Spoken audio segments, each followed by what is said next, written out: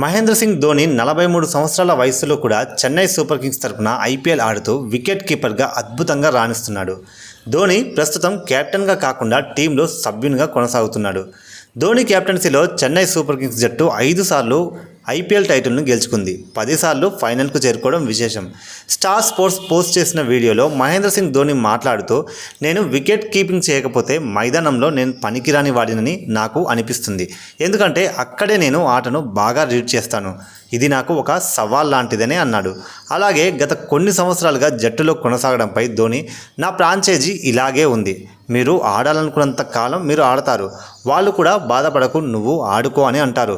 నేను క్రికెట్ని ఆస్వాదించాలనుకుంటున్నాను కాబట్టి నా ప్రయాణం ఇంకా కొనసాగుతుంది అని ధోని అన్నాడు. గత సీజన్లో ధోని చెన్నై సూపర్ కింగ్స్ కెప్టెన్సీని రుతురాజ్ గైక్వాడ్కు అప్పగించాడు.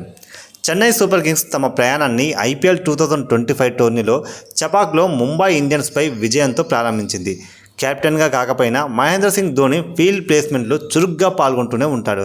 మ్యాచ్ల సమయంలో రుతురాజ్ గైక్వాడ్కి మార్గనిర్దేశం చేయడం చాలా మ్యాచ్ల్లో కనిపిస్తుంది.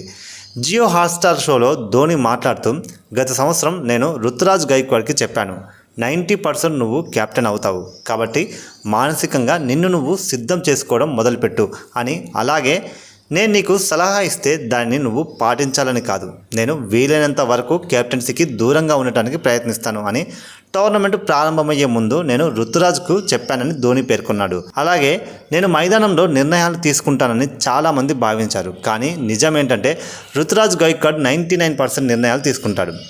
అతిపెద్ద నిర్ణయాలు, బౌలింగ్ మార్పులు, ఫీల్డ్ ప్లేస్మెంట్లు అన్నీ అతడివే. నేను అతనికి సహాయం చేస్తాను.